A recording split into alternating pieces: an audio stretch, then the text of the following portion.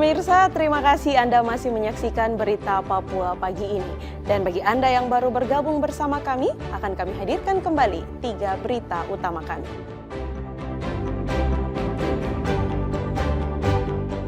Bribda Marsidon, korban penembakan KKB, dievakuasi ke rumah sakit Polri di Jakarta.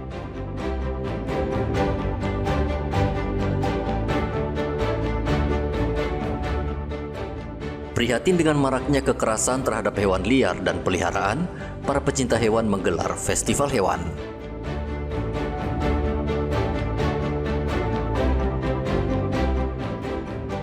Warga Pulau Dom manfaatkan becak untuk mengais rejeki.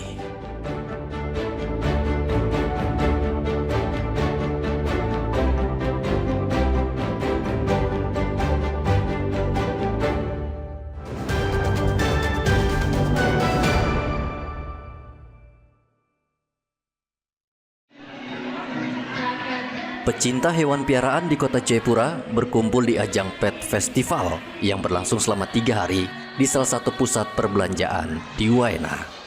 Pet Festival ini ingin menunjukkan Papua memiliki aneka ragam satwa, baik yang dilindungi maupun hewan piaraan yang menjadi sahabat manusia.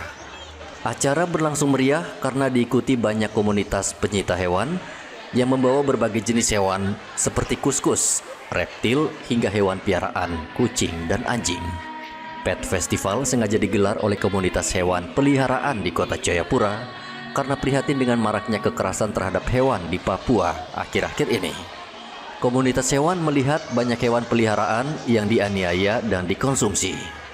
Pertamanya karena saya cinta hewan, jadi saya mau ajak teman-teman yang cinta hewan juga, ayo kita perkenalkan hewan kepada adik-adik ini, kepada masyarakat luas supaya kita bisa mendidik masyarakat luas untuk mencintai hewan, jangan sakiti hewan. Contoh di Jayapura ini banyak kucing-kucing yang disiram air panas, dibacok. Padahal mereka itu juga punya peran penting. Supaya apa? Rantai makanannya tidak putus. Supaya apa? Tikus tidak terlalu banyak. Jayapura Pet Festival mengusung tema Kitong Sayang Kuskus karena kebiasaan sebagian masyarakat Papua yang gemar mengonsumsi satwa liar. Acara ini sebenarnya mengingatkan kita sebagai warga negara Indonesia bahwa negara kita itu paling kaya, kedua di dunia akan satwa. Terutama di Papua, ini adalah provinsi pulau yang satuannya paling banyak di Indonesia. Banyak orang yang belum peduli sama satwa-satwa di sekitar kita. Makanya acara ini mengingatkan kita supaya lebih peduli, lebih care sama satwa-satwa di sekitar kita. Festival ini juga menampilkan stand edukasi, adopsi hewan, hingga pertunjukan menarik yang melibatkan banyak hewan peliharaan. Ari melaporkan dari kota Jayapura, Papua.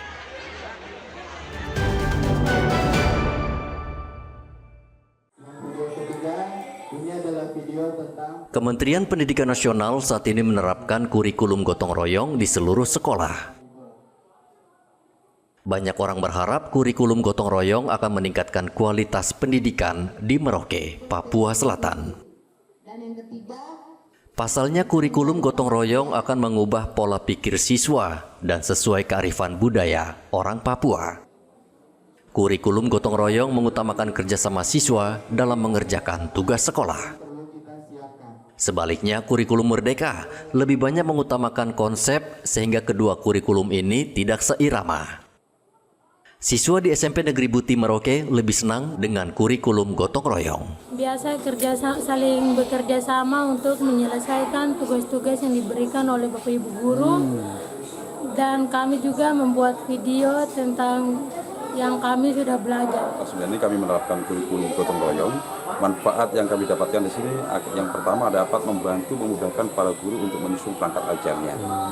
Kalau ini dan kita cara mengajarkan kepada anak-anak ini langsung pembelajaran secara kontekstual, dia langsung dengan lingkungan dengan alam yang berada sekitar lingkungan sekolah kita. Artinya sesuai dengan budaya masyarakat ini ya? Iya, sesuai dengan budaya masyarakat, kita angkat budaya kearifan lokal, disesuaikan dengan kondisi. Menurut kami, untuk di SMP Negeri Putih ini memang kondisi anak-anak ini memang jauh berbeda dengan anak-anak yang ada di mungkin di kota-kota besar ya. Saya rasa kalau kurikulum gotong royong diterapkan di SMP Negeri Putih ini memang cocok karena sesuai kebutuhan siswa. Senada dengan Kepala Sekolah SMP Negeri Buti Merauke, Lucinta Fangrasia, kurikulum gotong royong merupakan bagian dari metode belajar siswa yang lebih mudah. Kurikulum gotong royong yang dilaksanakan di SMP Negeri Buti merupakan penerapan kurikulum gotong royong yang diadaptasikan dari kurikulum Merdeka. Karena di dalam penekanan pelaksanaan kurikulum Merdeka adalah pembelajaran yang lebih kontekstual. Sehingga di dalam penerapan pelaksanaan kurikulum gotong royong ini lebih kontekstual dengan lingkungan kondisi tempat belajar anak dan lingkungan rumah sebagai sumber belajar anak bagi para peserta didik yang ada di SMP Negeri Buti. SMP Negeri Buti Merauke sejak 3 tahun lalu sudah menerapkan kurikulum gotong royong. Sebelumnya pemerintah menerapkan kurikulum Merdeka, yaitu menekankan pada kebebasan individu dalam belajar. Kekurangan kurikulum Merdeka salah satunya adalah tidak semua materi atau modul ajar tersedia dan mudah diakses. Dan guru seringkali harus menyusun bahan ajar sendiri yang memerlukan waktu, kompetensi, dan kreativitas ekstra. Muhammad Ridwan melaporkan dari Merauke, Papua Selatan. Pemirsa, berita yang baru saja Anda saksikan sekaligus menutup jumpa kita dalam Berita Papua pagi ini. Saya Cynthia Delima bersama kru yang bertugas ucapkan terima kasih. Kami pamit undur diri. Selamat pagi, semangat pagi, Wanyambe.